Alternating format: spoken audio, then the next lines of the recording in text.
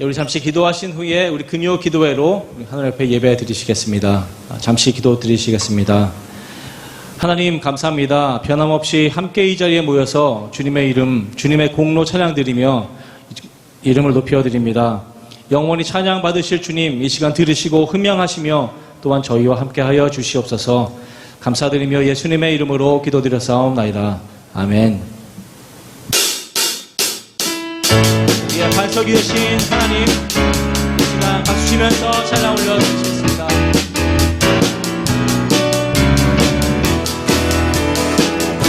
나의 반석이신 하나님, 나의 반석이신 하나님, 내가 진 모든 것 완전하시니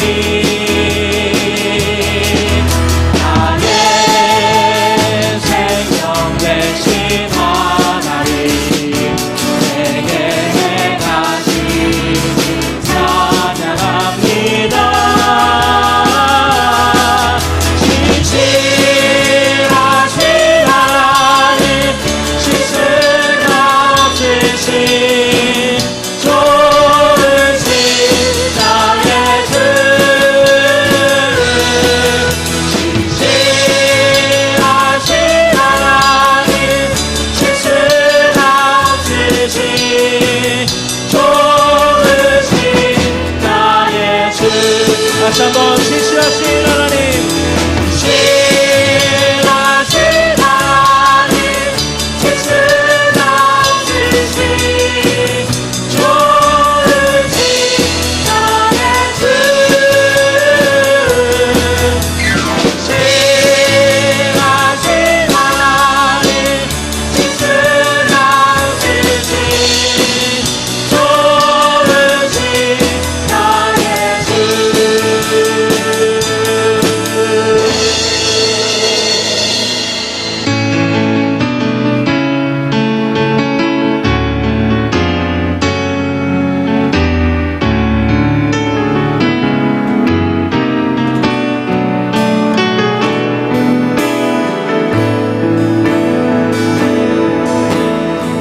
슬픈 마음 있는 자, 몸과 영혼 병든 자, 누구든지 부르시오. 예수 이름 부르시오. 그 이름을 믿는 자, 그 이름을 부르는 자, 그가 어떤 사람이든 그는 구원하리니. 다시 한번 찬양합니다. 슬픈 마음 있는 자, 몸과 영혼 병든 자, 누구든지 부르시오. 예수 이름 부르시오. 그 이름을 믿는 자, 그 이름을 부르는 자, 그가 어떤 사람이든 그는 구원하리니. 그 이름 예수, 예수, 예수, 예수, 온 능력의 그 이름 예수, 나 외쳐 부르네.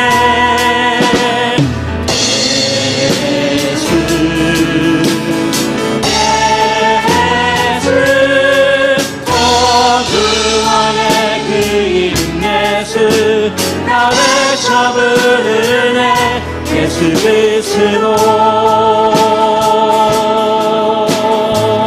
다시 한번 합니다. 슬픈 마음 있는 자, 슬픈 마음 있는 자, 마음 없는 자, 누구든지 부르시오 예수 이름 부르시오. 그 이름을 믿는 자, 그 이름을 부르는 자, 그가 어떤 사람이든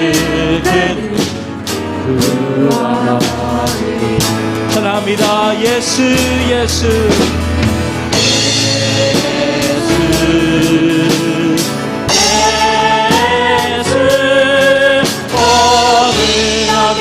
그 이름 예수 나 외쳐 부르네 예수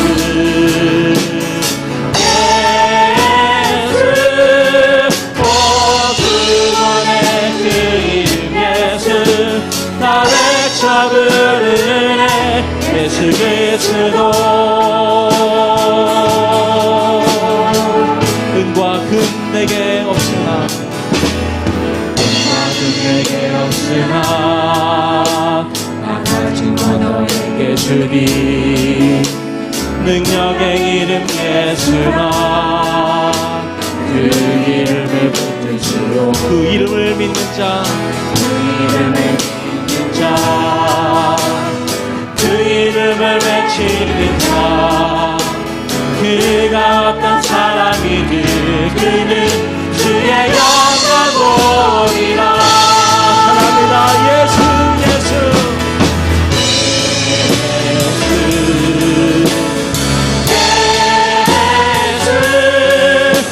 능력의 그 이름 예수 나 외쳐 부르네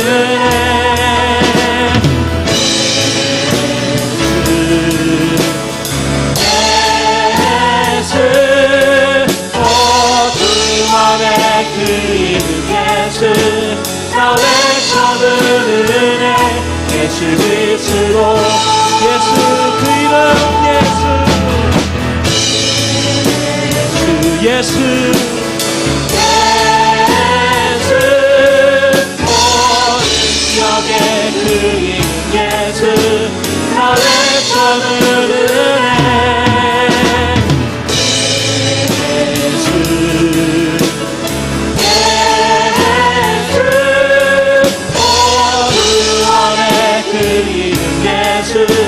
나 외쳐 부르네 예수 그리스도. 영원히 찬양받으실 예수 예수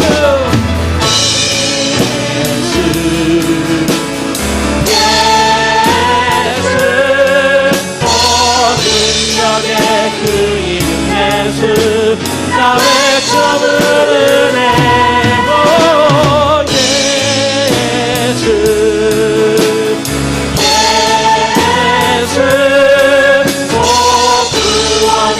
그 이름 예수 나 외쳐 부르네 예수 그리스도.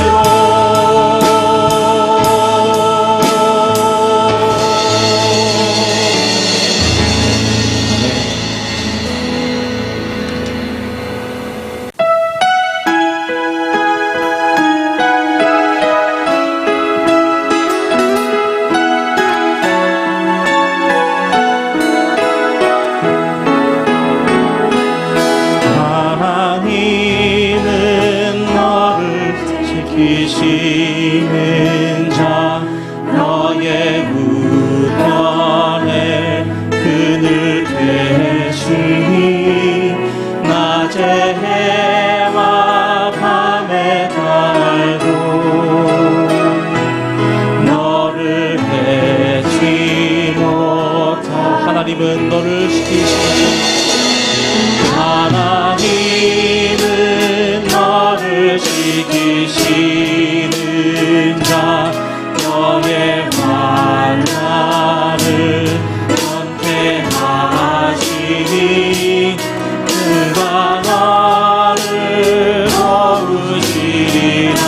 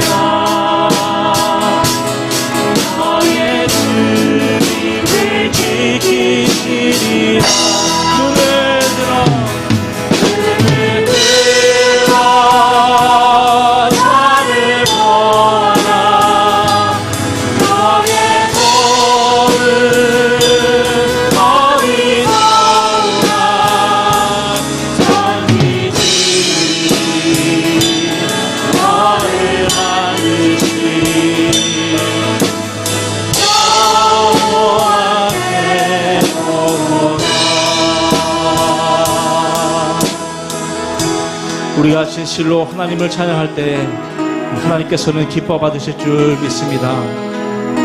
우리가 믿고 섬기는 하나님은 일반 세상 사람들이 수호신으로 생각하는 그런 하나님이 아니십니다. 지금 이 시간 방송으로 예배드리는 하나님은 아브라함의 하나님, 모세의 하나님, 그리고 우리의 하나님이십니다. 이런 위대하신 살아계신 하나님을 찬양하며 그분의 위대하심이 우리가 처해 있는 상황보다 결코 약하거나 작지 않습니다. 천지를 지으신 하나님이 오늘도 우리와 함께 하신다는 것을 안다는 이것 하나만으로도 큰 위로와 평안이 되시길 바라면서 우리 이 시간 같이 기도하기 원합니다. 이 시간 같이 기도하실 때에 우리와 함께 하시는 하나님 감사합니다. 이것을 알고 이해한다는 것만으로도 우리에게 큰 위로와 은혜가 됩니다. 이러한 삶을 주신 것을 감사함으로 이 세상에서 담대하게 이겨나가는 저희들이 되게 하여 주시옵소서라고 우리 다 같이 기도드리시겠습니다. 아버지 하나님 감사드립니다. 이 우주를 만드시고 이 세상 가운데에 저희를 살게 하셔서 하나님이 주신 이 모든 것을 영위함으로 아버지 하나님 앞에 찬양드리며 경배하게 하신 것을 참으로 감사드립니다. 이 많은 사람들 중에 특별히 저희들을 선택하시고 아버지 하나님께서 우리는 하나님의 자녀라고 얻게 되게 하신 그 크신 은혜 아버지 하나님 감사드리며 저희들의 입술과 저희들의 영혼이 아버지 하나님을 우러러보며 찬양드립니다. 아버지 하나님 어떠한 상황에서도 우리는 하나님의 자녀라는 것을 잊지 말게 하시고 아버지 어두운 가운데에 두려워하는 것을 아버지 하나님 이 시간 모든 것 아버지 거두어 주셔서 아버지 하나님 먹구름이 끼며 아버지 그 뒤에는 반드시 햇살이 돋는 것처럼 아버지 하나님 이 어두운 상황 속에서도 주님의 은혜가 저희들에게 아버지 하나님 끼친다는 것을 아버지 하나님 잊지 않게 하셔서 결국에는 아버지 모든 것을 승리하게 하시고 기쁨으로 그 단을 거두는 아버지 하나님 저희들 되게 하여 주시옵소서. 이 시간 우리 금요기도회를 통해서 아버지의 모든 영광 받으시고 이 예배를 통해서 우리 크신 아버지 하나님 앞에 온 정성과 정성을 다해 아버지 하나님 찬양하는 아버지 저희들 되게 하여 주시옵소서. 주님 모든 영광 받아 주시옵소서. 아버지 하나님 감사드리며 예수님의 이름으로 아버지 하나님 기도드렸사옵나이다. 오 주님 감사드립니다. 이 시간 우리의 입술로 주님을 찬양드립니다. 아버지 하나님 모든 영광 받아 주시옵소서. 눈을 들어 산을 모아라. 눈을 들어 산을 모아라. 너의 도움 어디서 오나.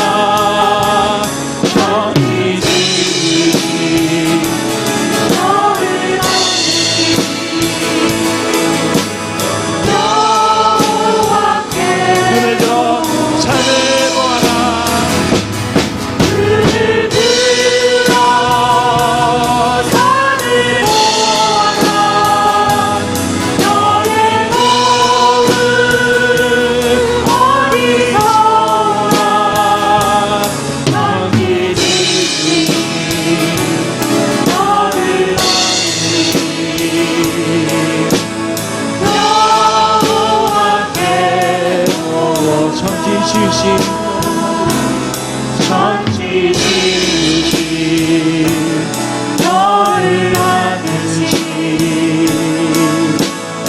여호와 되오나.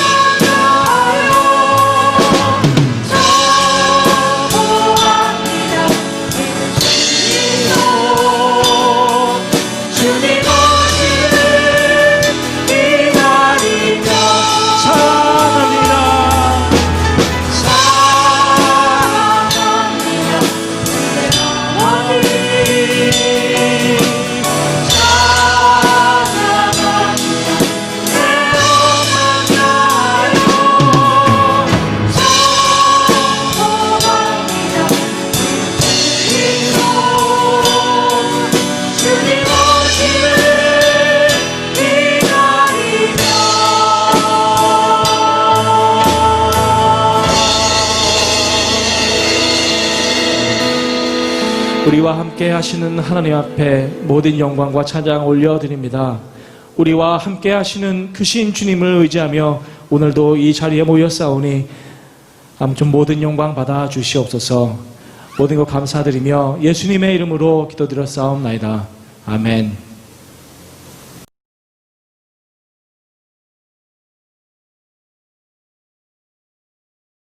그런즉 우리가 다시는 서로 비판하지 말고 도리어 부딪힐 것이나 거칠 것을 형제 앞에 두지 아니하도록 주의하라.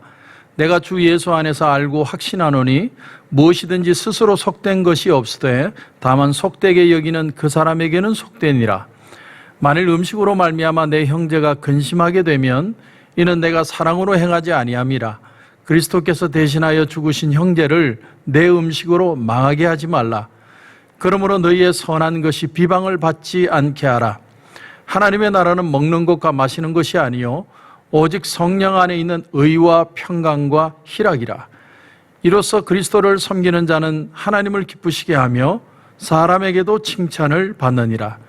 그러므로 우리가 화평의 일과 서로 덕을 세우는 일을 힘쓰나니 음식으로 말미암아 하나님의 사업을 무너지게 하지 말라. 만물이 다 깨끗하되 거리낌으로 먹는 사람에게는 악한 것이라. 고기도 먹지 아니하고 포도주도 마시지 아니하고 무엇이든지 내 형제로 거리끼게 하는 일을 아니함이 아름다우니라. 내게 있는 믿음을 하나님 앞에서 스스로 가지고 있으라. 자기가 옳다 하는 바로 자기를 정죄하지 아니하는 자는 복이 있도다. 의심하고 먹는 자는 정죄되었나니 이는 믿음을 따라 하지 아니하였기 때문이라. 믿음을 따라 하지 아니하는 것은 다 죄니라. 아멘.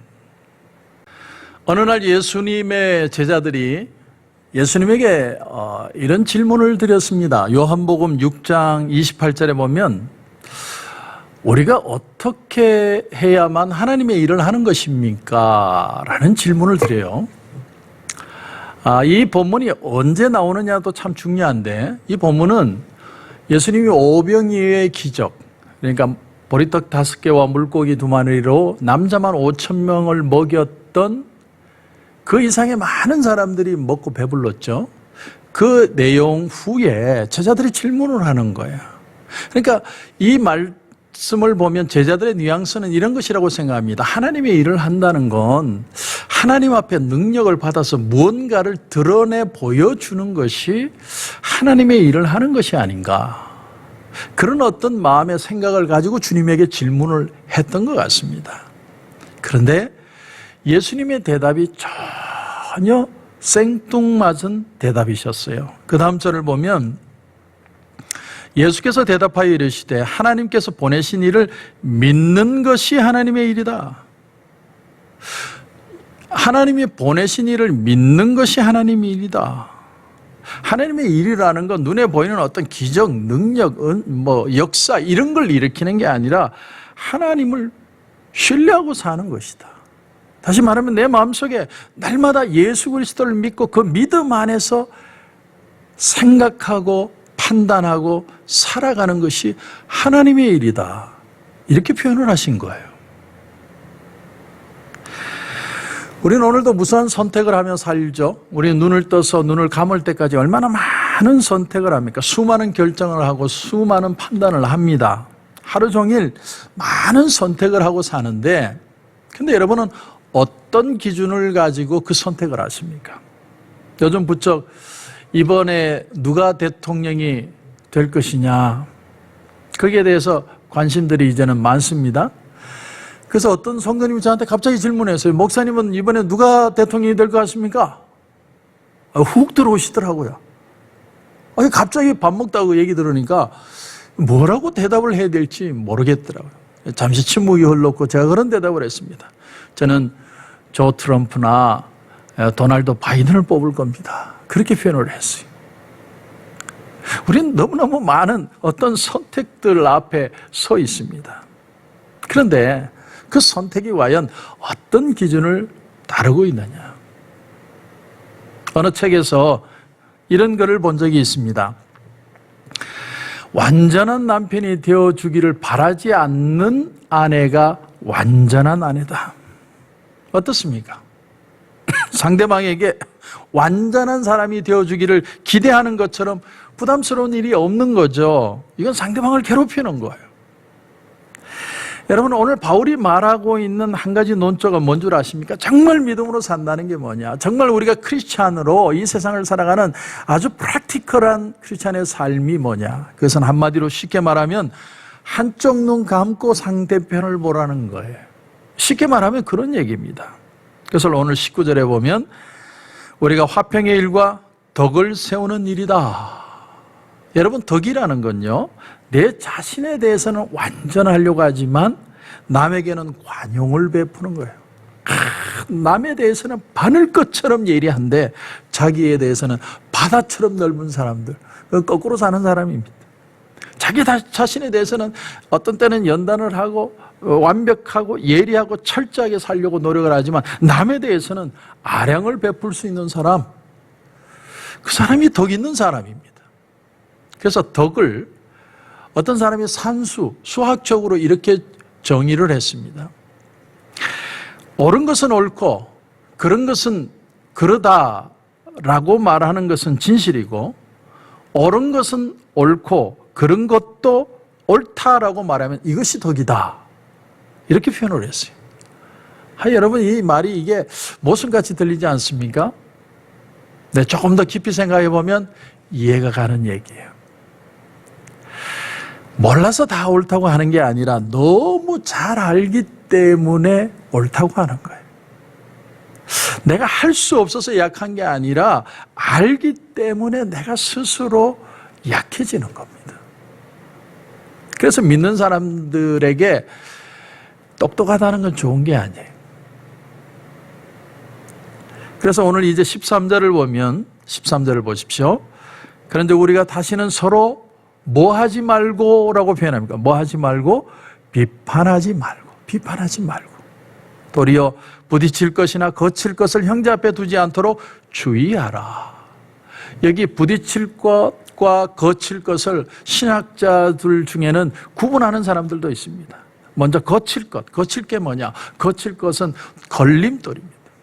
내가 그동안에 오랫동안 율법에서 힘들고 고통스럽게 살다가 복음을 받고 그 말씀 안에 자유함을 얻고 예수 그리스도로 힘을 얻어서 이제는 그 하나님의 나라를 향해 달려가고 있는 성도들 앞에 어떻게 하는 거냐? 발을 살짝 내미는 거예요. 그래서 탁 걸려서 자빠지게만. 그게 걸림돌. 그렇게 하지 말라는 거예요. 율법주의를 가지고 그 사람에게 걸림돌이 되게 하지 말라는 겁니다. 그렇다면 부딪힐 것은 뭐냐? 부딪힐 것은 한마디로 덫입니다. 덫. 여러분 한번 그것을 한번 그려보세요. 이제 막 그리스도인이 되어서 내가 해야 될 일과 하지 말아야 할 일들을 아주 잘 구분하면서 이걸 지켜나가려고 애쓰는 그런 사람들이 상상해 보십시오. 있습니다. 그런 사람은 아주 내가 할 일과 하지 않을 일에 대해서 예민합니다. 예를 들면 과거 자기가 술로 인해서 아주 방탕한 삶을 살다가 예수 믿고 나서 술을 끊게 된 사람이 있다고 생각해 보십시오. 술은 먹어서는 안 되지. 그래서 심지어 집에 와서 집사람에게 여보, 음식에는 술도 넣지 말라고. 그렇게까지 말하는 사람에게 어떤 신앙의 자유를 얻은 어떤 성도가 그의 앞에서 술을 마음대로 먹고 있는 모습을 본다면 그게 처음 믿는 사람에게 덫이 된다는 게 덫. 걸림돌 정도가 아니라 덫이라는 거예요. 우리가 어떻게 하면 하나님의 일을 할 수 있느냐? 주님은 얘기하십니다. 하나님이 보내신 자를 믿는 것이다. 그러면 하나님이 보내신 자를 믿는 건 어떻게 사는 것이냐? 예수 그리스도라는 선글라스를 끼고 내 형제를 볼 수 있는 마음이다. 여러분, 내가 직접 보는 게 아니에요. 내가 직접 행동하고 직접 판단하고 직접 보면 내가 그것이 옳다고 살아갈 수 있지만 예수 그리스도라는 선글라스를 끼고 은혜의 눈으로 바라보면 받아들일 수 있고 이해할 수 있고 내가 절제할 수 있는 것. 그것이 바로 사랑이고 덕이라고 사도 바울이 표현을 하는 겁니다. 자, 특히 이 14장이 다루는 문제는 먹는 문제였습니다. 오늘 15절을 한번 보시면 만일 음식으로 말미암아 내 형제가 근심하게 되면 이는 내가 사랑으로 행하지 아니함이라. 그리스도께서 대신하여 죽으신 형제를 내 음식으로 망하게 하지 말라. 여러분, 우리가 먹는 걸 가지고 같은 믿는 자들에게 거치는 것이 되지 말라는 거예요. 그것이 주님을 믿고 주님의 시각으로 내 형제를 보는 것이라는 겁니다. 그 당시에 이 로마 교회는 먹는 문제로 우상에게 바쳐진 고기를 먹느냐 마느냐의 문제로 굉장히 논란거리였던 것 같습니다. 복음으로 율법에서 자유함을 얻은 사람들은 우리는 이제 자유했는데 뭘 먹든 그건 주님 안에서 자유한 것이다 라고 얘기하면서 그것을 먹지 못하는 사람들을 오히려 비판을 했고요.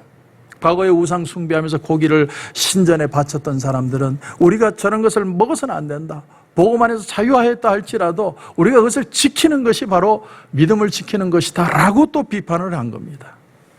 그러니까 서로가 서로를 비판하면서 팽팽하게 맞서는 거예요.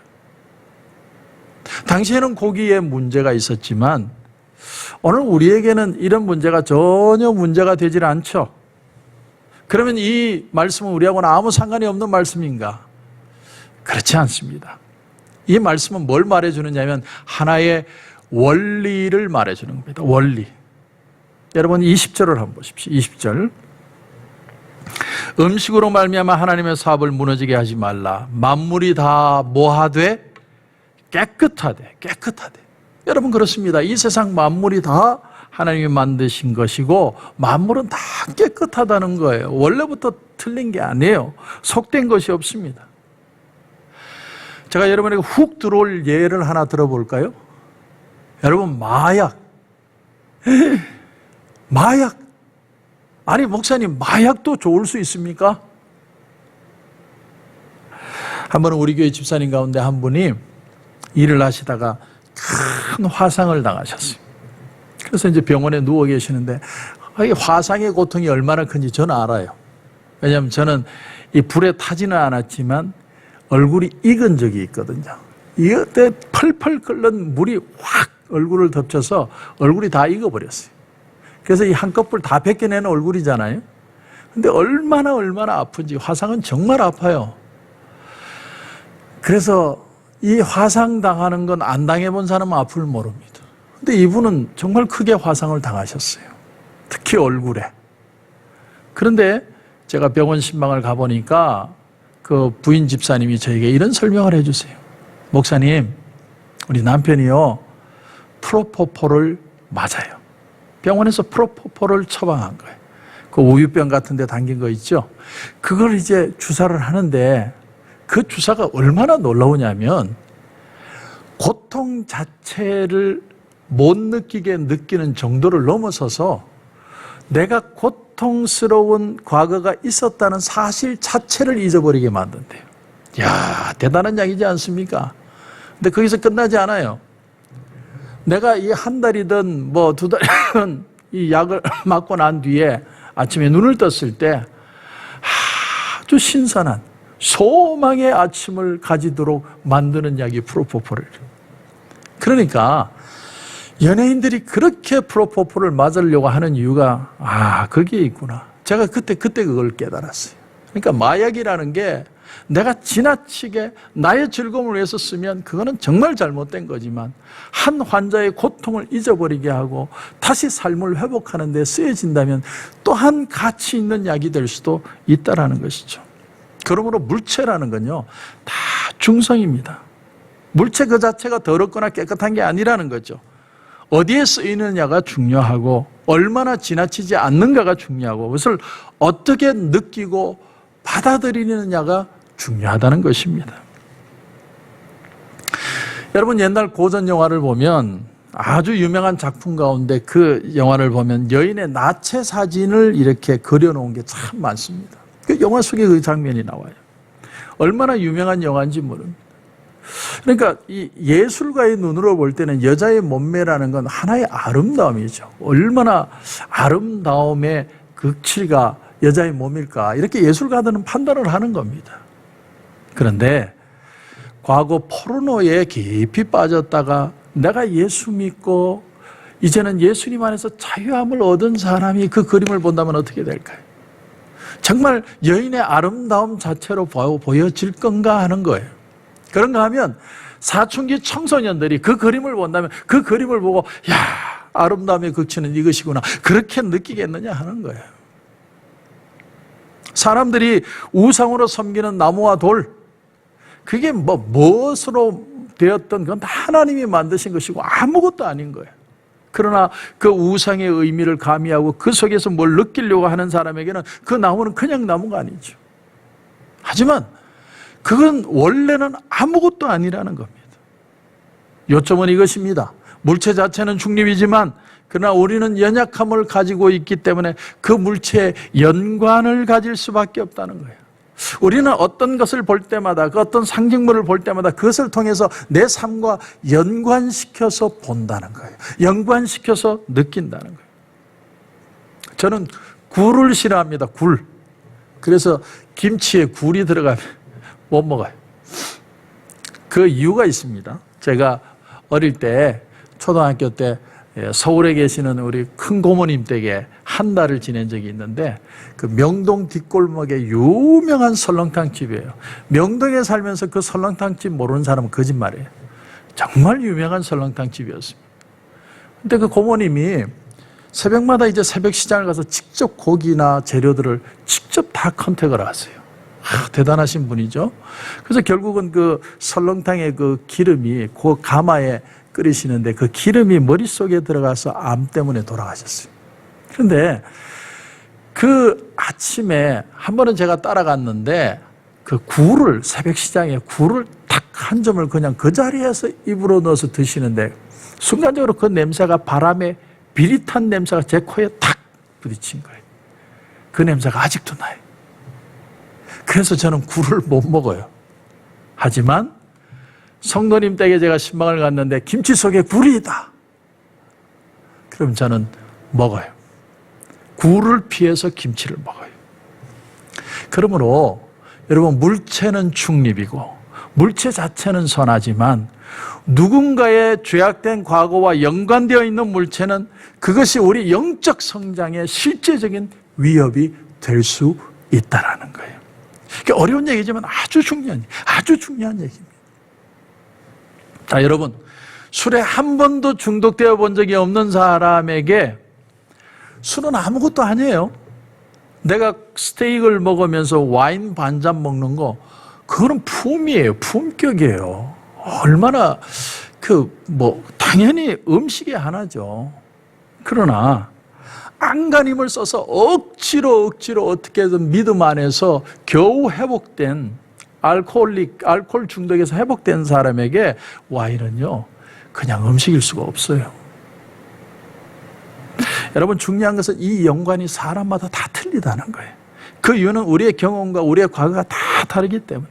그래서 제가 이 교회가 열리고 뭔 행사를 할 때마다 절대로 교인들이 모이는 어떤 장소든 술은 안 된다고 얘기를 하는 이유가 바로 거기에 있었습니다. 당신에게는 음식이지만 어떤 사람에게는 그 술이 고통이요 시험일 수 있다는 거예요. 그래서 절대로 안 된다는 거예요. 나는 전혀 물체와 연관이 안 되는데 왜 당신 거기에 집착하느냐? 예수 믿는 사람 거기서 자유해야지. 예수님 안에서 하나님 만든 건 다 선한 건데 왜 그 마시는 거에 시험 드느냐? 그렇게 말할 수 없다라는 거예요. 왜? 우리 그리스도인들은 어떻게 하는 것이 하나님의 일이라고요? 예수님을 믿는 거예요. 예수님이라는 선글라스를 끼고 상대방을 볼 수 있는 사람들이 그리스도인이라는 겁니다. 다시 말하면 상대방의 과거의 아픔을 같이 감싸줄 수 있는 사람이 그리스도인이에요. 그래서 교회가 덕을 쌓기 위해서 자기를 절제하는 겁니다. 제가 오늘은 조금 더 예민한 문제로 좀 들어가 보려고 합니다. 여러분, 오늘 이 문제는 제가 답을 내리지 않을 거예요. 이 기도하면서 우리가 같이 답을 내려야 될 문제예요. 굉장히 시리어스한 문제입니다. 자, 교회가 지금 코로나 사태로 문을 닫았어요. 우리 교회도 닫았고 온라인 예배만 드리고 있는데 어떤 교회는 야외 예배를 드리고 있습니다. 그러면 야외 예배를 드리는 게 맞을까요? 문을 닫는 게 맞을까요? 굉장히 시리어스하죠? 우리 문제죠? 어떻게 해야 될까요? 그럴 때 주님의 눈으로 주님의 선글라스, 그 은혜의 선글라스를 끼고 본다는 게 도대체 어떻게 보는 것일까요? 우리 성도들 중에는 그런 분도 있어요. 제 친구분 목사님 교회를 보니까 목사님 나는 곧 죽어도 예배 드려야 됩니다. 나는 반드시 예배당에서 예배 드려야 됩니다. 그래서 그 교회는요, 야외 예배를 텐트를 치고 드려요. 그 성도님을 위해서 목사님이 해드리는 거예요. 여러분, 이것도 신앙적인 삶이죠. 자, 다시 질문을 합니다. 우리는 텐트를 치고라도 예배를 드려야 될까요? 아니면 그냥 이대로 주님 모실 때까지 기다려야 될까요? 현실적 문제. 성경적인 대답이 필요한 겁니다. 저는 지난번에 교회를 다시 열었을 때 이렇게 여러분에게 말씀을 드렸습니다. 저는 가주주지사의 방침을 따릅니다. 가주주지사가 문을 열라고 하면 열 것이고, 예배당에서 드리라면 예배당에서 드릴 것이고, 50명이라면 50명이 드리고 100명이라면 100명이 드릴 겁니다. 나는 그 기준을 따를 겁니다. 왜냐하면 내가 예수 믿기 전에 나는 이 사회 속에 속해 있는 한 시민이기 때문에 나는 그 자세로 이 내용들을 받아들이겠습니다라고 표현을 했어요. 여러분 아마 기억이 나실 겁니다. 그렇다면 바울은 뭐라고 얘기했을까요? 성경이 말하는 기준은 뭘까요? 여러분 오늘 17절을 보십시오. 17절을 보시면 하나님의 나라는 먹는 것과 마시는 것이 아니요 오직 성령 안에 있는 의와 평강과 희락이라. 예수 믿는 사람들은 한마디로 먹는 거 마시는 거 기타 여러 가지 문제에 얽매이지 않는 것이다 라고 말을 합니다. 그러면 뭐가 가장 중요해요? 우리는 뭐에 얽매여야 된다는 겁니까? 믿음의 사람, 성령의 사람들은 무엇에 우리의 마음을 두고 살아가는 사람이라고 표현을 하는 거예요. 첫 번째가 뭐냐면 그 첫 번째가 하나님의 의라는 거예요. 이게 하나님의 의를 이루는 일이냐, 하나님이 기뻐하시는 일이냐, 하나님의 마음에 정말 감동하시는 그런 일들이 되고 있느냐, 그것이 첫 번째, first, 예수 믿는 사람들이 택해야 될 기준이라는 거예요. 두 번째가 뭐냐면 의와 평강과, 두 번째는요 성령 안에서 살고 믿음 안에서 산다는 건 평강을 이루는 삶이라는 거예요. 나만 사는 게 아니라, 나만 하나님의 기뻐하시는 일을 사는 게 아니라 우리가 같이 마음의 평안을 이루는 결과를 열매로 나타내는 삶을 살아야 된다는 거예요. 그게 바로 그리스도인의 삶이라는 거예요. 최근에 대안으로 나오는 방법 중에 우리 목회협력에서도 그걸 의논을 했지만, 차 안에서 예배를 드리면 어떻느냐, 목사님은 밖에 서 있고 요즘 FM 수신기가 좋아가지고요, 그 라우로 역할을 해서 그 반경 안에 있는 사람들은 차 안에서 다 설교를 들을 수 있는 거예요. FM 주파수만 맞추면. 그래서 테스트까지 했습니다. 안 나오니까 병에 걸릴 이유도 없고 차 안에서 그냥 예배드리고 가시게 하는 방법은 어떠냐. 그래서 그 방법도 지금 생각을 해보고 있었어요. 실제로 미국 교회는 야외 예배 드리는 교회도 있고 또 차 안에서 드리는 교회도 있고 본당 예배를 고집하는 교회도 있고, 우리는 어떻게 해야 될까요? 그래서 제가 이게 아주 심각한 문제를 여러분에게 내놓는 겁니다. 항상. 그런데 우리에게 기준이 뭐라고요? 두 가지. 첫째는 하나님의 의를 이루고 있는, 하나님이 기뻐하시는 일이냐는 거예요. 우리가 정말 예배자로서 하나님 앞에 하나님이 우리에게 은혜 주시고 구원하심에 그 은혜에 감격하여 하나님이 기뻐하시는 의를 이루는 삶을 이 땅에서 살아가고 있느냐가 첫 번째로. 두 번째는 평강과. 크리스찬이라는 건요, 형제를 위해 헌신하는 사람들이에요. 내가 먼저가 아니라 남을 먼저 생각하는 사람들이 크리스찬들이라는 거예요. 그렇게 해야만, 이 두 가지가 하나님의 의와 평강이 이루어져야만 뭐가 온다는 거예요? 희락, 진짜 기쁨이 오는 것이다. 이 진짜 기쁨을 누리는 곳이 교회 공동체라는 겁니다. 자, 그러면 우리는 어떻게 해야 될까요? 자, 한번 이런 예를 들어볼게요. 여러분이 아들을 낳았어요. 물론 아들이 없는 분도 있어요. 저도 없습니다. 근데 아들을 낳았다 치십시다. 근데 애가 3살이에요. 근데 얘를 데리고 걷는데 내가 어떻게 걸어야 될까요? 내가 당당하게 내 보폭대로 걸으면서, 야, 남자 자식이 말이야, 그래 걸어서 돼? 당당하게 걸어야 돼. 빨리 걸어. 어깨 펴고 걸어. 그렇게 얘기하는 분이 있다면 그분은 애비 자격이 없는 사람이에요. 우리가 3살짜리 아이와 걸을 때는 어떻게 걸어요? 그 아이의 보폭을 맞춰주고 같이 걸어가죠. 내 수준을 낮추는 겁니다. 그것이 내 형제와 같이 평강을 이루는 삶이라는 거예요. 왜? 우리는 그리스도인 공동체를 이루며 살아가기 때문에. 요즘요, 교회가 욕을 많이 먹고 있습니다. 미국보다도 한국에서 좀 이렇게 교회를 많이 미인하는 것 같은 느낌이 들어요. 그래서 요즘 좀 마음이 안 좋았었어요. 그래서 저도 하나님 앞에 기도합니다. 하나님, 교회가 욕을 먹고 있는데 어떤 게 하나님 뜻이죠? 어떻게 하는 게 하나님 뜻일까요? 저는 여러분에게 이런 기도를 같이 드리기를 오늘 추천합니다. 뜻이 하늘에서 이루어진 것 같이 땅에서도 이루어지게 하여 주시옵소서. 우리에게 일용할 양식을 줍시고 우리에게 죄 지은 자를 사하여 준 것 같이 우리 죄를 사하여 주옵시고 우리를 다만 악에서 구하여 주옵소서. 저는 여러분에게 교회를 언제 열 것이냐, 어떻게 열 것이냐, 전 답은 안 드렸어요. 난 여러분에게 기도하자는 거예요.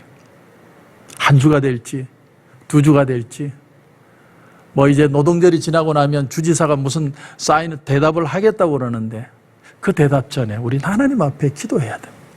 우리의 문제를 펼쳐놓고 기도하는 거예요. 하나님, 우리의 모습이 여기에 있습니다. 우리는 하나님의 의가 드러나기를 원합니다. 그러나 우리 그리스도인 형제된 우리 안에도 평강이 있기를 원합니다. 앞으로 포텐셜에 있는 이 세상의 많은 사람들의 그리스도인 될 사람들에게 교회가 본이 되는 그 답을 얻기를 원합니다. 하나님, 그것이 무엇입니까? 그걸 가르쳐 주십시오. 우리 같이 기도해야 돼요. 답을 같이 얻어야 돼요. 성령이 우리의 마음을 하나 되게 하실 겁니다. 그 답을 얻을 때만 교회는 교회 될 수 있을 것입니다. 오늘 굉장히 제가 까다로운 내용을 가지고 답을 드리지 않고 설교를 마무리하려고 합니다. 오늘 이 저녁에 같이 기도하십시다. 하나님, 우리에게 주시는 답을 따라가겠습니다.